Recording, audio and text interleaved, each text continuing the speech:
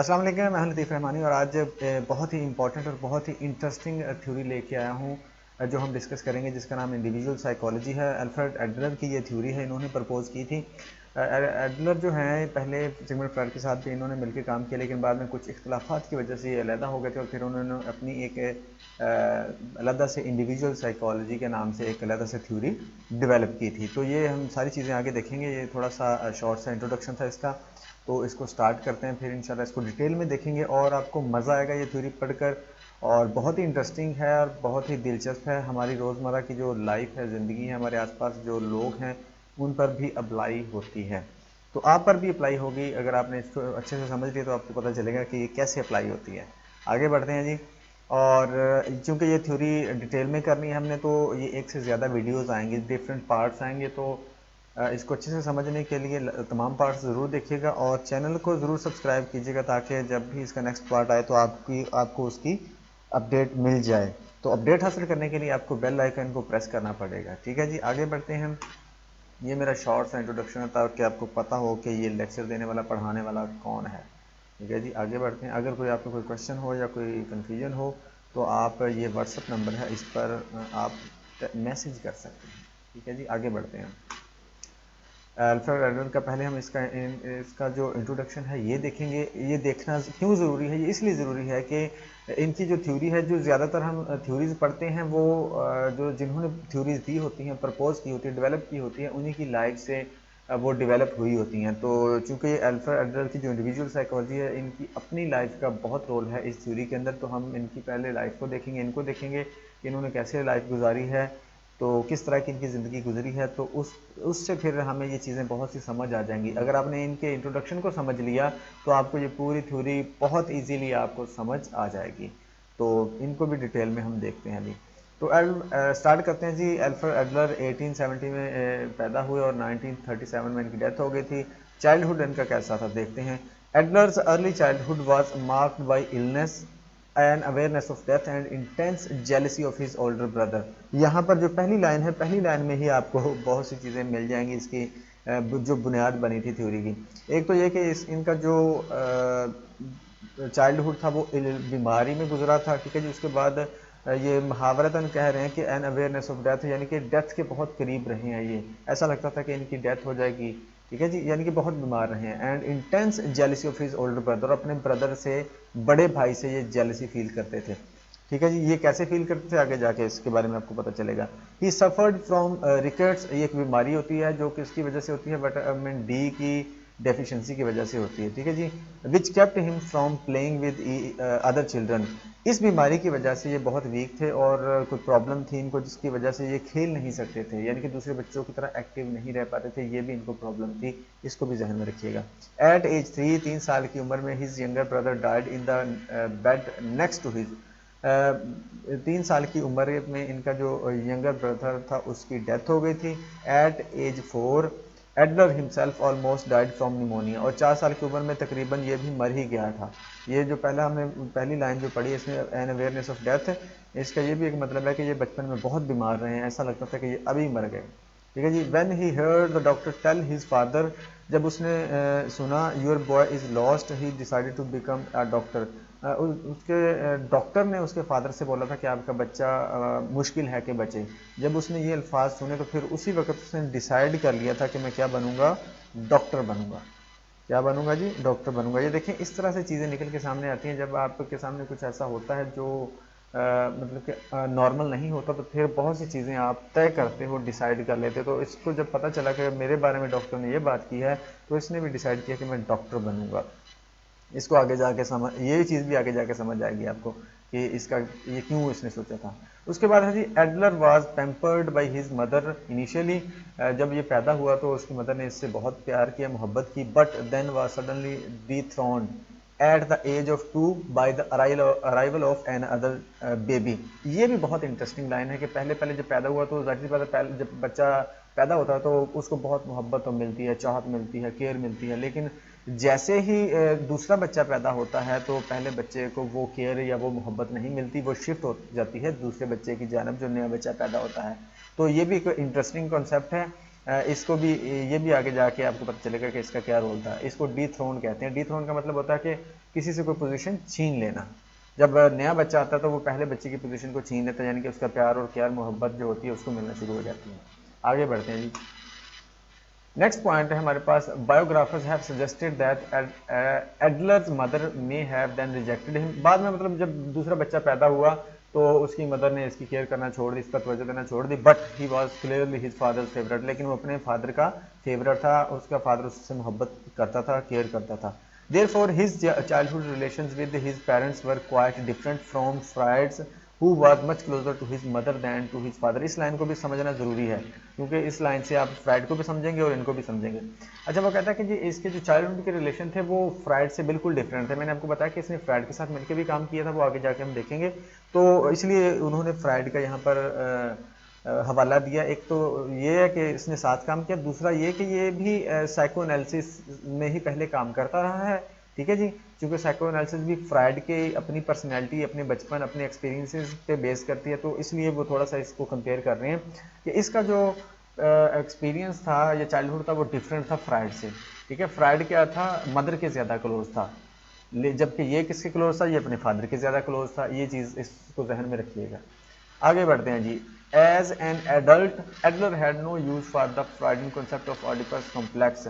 जब फ्राइड का कहना था, फ्राइड चूंकि अपनी मदर के ज़्यादा नज़दीक था, तो फ्राइड को ये फील हुआ था, एक्सपीरियंस हुआ था ऑडिपस कॉम्प्लेक्स। इसमें क्या होता है कि जो मेल बच्चा होता है, मेल चाइल्ड होता है, वो अपने फादर से जेलसी फील करने लग जाता है और अपनी मदर से अट्रैक्शन फील करने लगे, अब अपनी मदर के साथ अट्रैक्शन फील करता है। ठीक है जी, इसको ऑडिपस कॉम्प्लेक्स बोला था, because it was so foreign to his childhood experience. जबकि ये एडलर कहता है कि ये वाली जो चीज़ मुझे फील नहीं हुई, ये वाला जो ऑडिपस कॉम्प्लेक्स मुझे फील नहीं हुआ, शायद इस वजह से कि इसकी जो अटैचमेंट थी वो फादर के साथ ज़्यादा थी, एडलर की फादर के साथ ज़्यादा थी, इसलिए शायद इसको ये फील नहीं हुआ, इसलिए उसने रिजेक्ट कर दिया था उसका कॉन्सेप्ट, क्योंकि वो कहता है कि मुझे तो ये फील नहीं हुआ। इसका मतलब ये है कि हर किसी को ये फील नहीं होता, और ये लाजमी भी नहीं है कि हर किसी को फील हो। ठीक है जी, आगे बढ़ते हैं जी। जबकि जो सिगमंड फ्राइड उन्होंने बोला था कि ऑडिपस कॉम्प्लेक्स लाजमी फील करता है बच्चा। Adler was always jealous of his older brother, ये अपने बड़े भाई से जेलस होता था हमेशा। Who was vigorous and healthy, जो उससे स्ट्रॉन्ग, विगरस मतलब स्ट्रॉन्ग और हेल्दी था और सेहतमंद था। And could engage in physical activities and sports in which Alfred could not take part. और ये भी एक जेलसी का फैक्टर था कि वो मजबूत और हेल्दी था। दूसरा ये था कि वो फिजिकल एक्टिविटीज़ में पार्टिसिपेट कर सकता था, स्पोर्ट्स में हिस्सा ले सकता था, क्योंकि वो हेल्दी था इसलिए ले सकता था, ये नहीं ले सकता था क्योंकि ये बीमार था। I remember sitting on a bench, ये खुद बता रहा है कि आई रिमेंबर, मुझे याद है कि मैं बेंच पर बैठा होता था, bandage up on account of rickets with my healthy elder brother sitting opposite me. वो कहता है कि जब मुझे याद है कि मैं बेंच पर बैठा होता था, कि बीमार होता था और बैंडेज लगी होती थी मुझे, विद माई हेल्दी ब्रदर, मेरे जो सेहतमंद भाई था, हेल्दी ब्रदर था, वो मेरे पास बैठा होता था। He could run jump and move about quite effortlessly, वो आसानी से भाग सकता था, जंप लगा सकता था। वाइल फॉर मी, जबकि मुझे movement of any sort was a strain and effort, जबकि मुझे बहुत कोशिश करना पड़ती थी कोई भी मूवमेंट करने के लिए। वो इजीली कर सकता था, मैं इजीली नहीं कर सकता था, ये खुद वो कह रहा है। ठीक है जी, इन चीज़ों को जहन में रखिएगा, इसकी थ्योरी आपको समझ आ जाएगी। यहाँ पर जेलसी याद रखिएगा कि जेलसी का फैक्टर है, दूसरा यहाँ पर इन्फीरियोरिटी का फैक्टर है। ये इन्फीरियर फील कर रहा था क्योंकि वो दूसरा खेल सकते थे, ये खेल नहीं सकता था। ठीक है जी, इन्फीरियोरिटी फीलिंग। आगे बढ़ते हैं। एडलर फेल्ट इन्फीरियर, वही बात आ गई, इन्फीरियर टू हिज ब्रदर, वो इन्फीरियोरिटी फील करता था, एहसास कमतरी का शिकार था। And to the other neighbour childhood, अपने ब्रदर से और दूसरे बच्चों से, who all seem healthier and more athletic, वो ज़्यादा हेल्दी और एथलेटिक यानी कि स्पोर्ट्स वगैरह में पार्टिसिपेट कर सकते थे। एज अ रिजल्ट, जिसकी वजह से he resolved to work hard to overcome his feeling of inferiority. ये बात है, इसको जहन में बिठाइएगा, ये वाली लाइन को समझिएगा अच्छे से। जब उसने इन्फीरियर फील किया, दूसरों से एहसास से कमतरी फील किया, दूसरों से अलग फील किया, तो उसने क्या तय कर लिया, उसने तय कर लिया रिजॉल्व टू वर्क हार्ड, उसने तय कर लिया कि अब मैं वर्क हार्ड करूंगा, हार्ड वर्क करना है मैंने, क्या करने के लिए, overcome his feeling of inferiority. मेरा जो एहसास कमतरी है ना कि मैं खेल नहीं सकता, दूसरे बच्चों की तरह पार्टिसिपेट नहीं कर सकता, नॉर्मल नहीं रह सकता, तो फिर मैंने वो इन्फीरियोरिटी का शिकार हो गया, इन्फीरियोरिटी का वो शिकार हो गया। तो फिर उसने ये सोचा कि अब मैं इस पर ओवरकम करूंगा हार्ड वर्क करके। And to compensate for his physical limitation, और इनको कंपनसेट करूँगा। जो मेरी फिजिकल लिमिटेशन है ना, इनको मैं कंपनसेट करूँगा लाजमी। याद रखिएगा इन्फीरियोरिटी फीलिंग और कंपनसेशन, ये चीज़, दो चीज़ें भी याद रखिएगा, आगे जाके इसकी भी इंपॉर्टेंस है इसकी थ्योरी के अंदर। डिस्पाइट हिज स्मॉल हाइट, छोटी हाइट की वजह से, क्लमजीनेस एंड अनअट्रैक्टिवनेस, यानी कि ये अपनी पर्सनैलिटी में ये खामियां थी, small height, clumsiness and unattractiveness, the legacies of his illness, उसकी बीमारी की वजह से ही forced himself to join in games and sports. ये तमाम चीज़ें थी जो जिसकी वजह से वो एहसास कमतरी का शिकार हुआ था, हाइट की वजह से, क्लमजीनेस, अनअट्रैक्टिवनेस और बीमारी की वजह से। ही फोर्स हिमसेल्फ, वो उसने खुद को फोर्स किया या प्रिपेयर किया to join games and sports, उसने स्पोर्ट्स और गेम्स में हिस्सा लेने के लिए खुद को मजबूर किया, फोर्स किया, यानी कि हिस्सा लेना शुरू कर दिया। Gradually he achieved a sense of self esteem, जब उसने ये काम करना शुरू किया तो फिर आहिस्ता आहिस्ता उसने सेल्फ स्टीम भी अचीव कर ली, सोशल एक्सेप्टेंस भी अचीव कर ली, यानी कि उसको एक्सेप्ट भी किया जाने लगा जब वो एक्टिव हो गया, और सेल्फ स्टीम भी उसकी बूस्ट होने लगी, हाई होने लगी। He also developed affection for the company of other people, उसने दूसरों की कंपनी को एंजॉय करना भी शुरू कर दिया, ठीक है जी, दूसरों की कंपनी में रहना शुरू कर दिया। And retained this sociability all of his life, और उसने ये चीज़ अपनी तमाम लाइफ कायम रखी, दूसरों से मिलना जुलना, दूसरों की कंपनी में उठना बैठना, ठीक है जी, इस चीज़ को भी जहन में रखिएगा। ये इन्फीरियरिटी फीलिंग पर काबू पाया जा रहा है इसके अंदर, ये सारी अपनी लाइफ बता रहा है। In his personality theory Adler emphasise the importance of peer group, ये भी चीज़ देखें जी, पीयर ग्रुप को इसने बहुत इंपॉर्टेंस दी थी एडलर ने अपनी थ्योरी के अंदर, and suggested that a childhood relationship with siblings, और जो रिलेशनशिप होता है सिबलिंग्स पे, उन पर भी इन्होंने फोकस किया था। And with children outside the family, वो फैमिली से बाहर जो होते हैं, were much more significant than Freud believed. वो कहता है कि जो बच्चों के साथ पीयर रिलेशनशिप होता है, बच्चों के साथ, अपने बहन भाइयों के साथ या दूसरे बच्चों के साथ, ये एक सिग्निफिकेंट इफेक्ट डालता है बच्चे की पर्सनैलिटी पर, जबकि फ्राइड ऐसा नहीं समझता था, ठीक है। फ्राइड की निस्बत ज़्यादा इंपॉर्टेंस दी थी इसने, ठीक है जी, याद रखिएगा पेयर ग्रुप को, चूँकि जो इन्फीरियरिटी फीलिंग या सुपीरियरिटी फीलिंग आनी होती है वो पेयर ग्रुप से ही आनी होती है ना, तो वो कहते हैं ये बहुत इंपॉर्टेंट है। जिस तरह का बच्चा अपने पेयर ग्रुप्स के साथ, अपने दोस्तों भाइयों के साथ रिलेशन रखेगा, उसी तरह की उसकी पर्सनैलिटी बनती चली जाएगी, या वो एहसास कमतरी का शिकार हो जाएगा या फिर वो कॉन्फिडेंट हो जाएगा।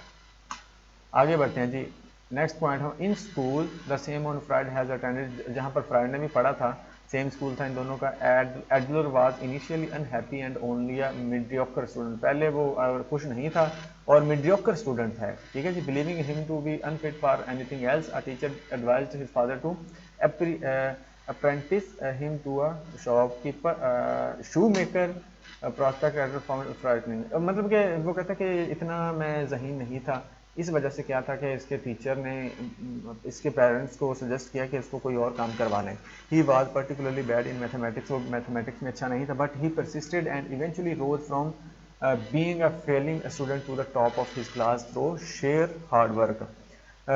मैथमेटिक्स में अच्छा नहीं था लेकिन वो मुसलसल लगा रहा, परसिस्टेंस उसमें थी, और उसने हार्ड वर्क करते हुए वो फेलिंग स्टूडेंट से टॉपर बन गया, क्लास के टॉप में आ गया था। यानी कि कंसिस्टेंसी और मेहनत के साथ आप कर सकते हो चीज़ों को।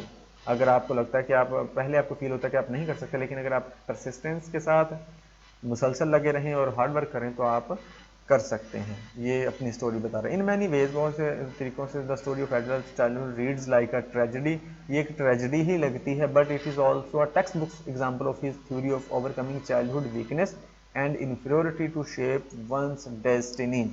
वो कहता है कि ये एक आपको एग्जाम्पल भी मिलती है कि चाइल्डहुड की जो वीकनेसेस हैं, इन्फीरियरिटी है, इन पर किस तरह से काबू पाया जा सकता है या काबू पाया गया था, ठीक है जी।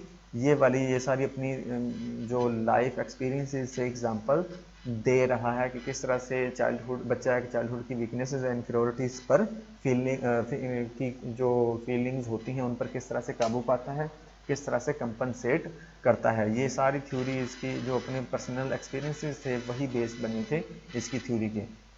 उसके बाद है जी, the theorist who would give the world the notion of inferiority feeling spoke from the depth of his own childhood, जिसने inferiority feeling की दी थी वो अपने ही childhood से बात कर रहा था। Those who are familiar with my life work will clearly see the accord existing between the fact of my, वो कहता है कि जो लोग मुझे जानते हैं, मेरी ज़िंदगी के बारे में जानते हैं, वो जो मैं चीज़ें बता रहा हूँ, जो फैक्ट मैं बता रहा हूँ, जो यानी कि जो थ्योरी मैंने डेवलप की है या जो मैं चीज़ें बोलता हूँ, वो जो मुझे जानते हैं वो इन दोनों चीज़ों में कनेक्शन ढूंढ सकते हैं। वो देख सकते हैं कि मैं अपनी लाइफ से ही चीज़ें निकाल के बता रहा हूँ। आगे बढ़ते हैं जी। अडल्टहुड कैसा था इसका? Fulfilling his childhood ambition, Adler studied medicine at the University of Vienna but graduated with no better than a mediocre academic record. Medicine में लिया था और मीडियोकर रिकॉर्ड के साथ इसने किया था। He first went into private practice as an ophthalmologist, जिसे आंखों की बीमारियों का स्पेशलिस्ट बोलते हैं, but soon shifted to general medicine. बाद में वो जनरल मेडिसिन की तरफ चला गया। उसके बाद आ जाते हैं ये वाली interesting cheese, he was interested, जब उसने वो डॉक्टर बनने का सोचा था ना, यहाँ पर आ जाते हैं, वो उसने फिर डॉक्टर बन भी गया था। ये वाली लाइन पढ़ते हैं, he was interested in incurable disease, वो इन ऐसी डिजीज में इंटरेस्टेड था जो इनक्यूरेबल थी, but became a distressed at his helplessness to prevent death particularly in younger patients.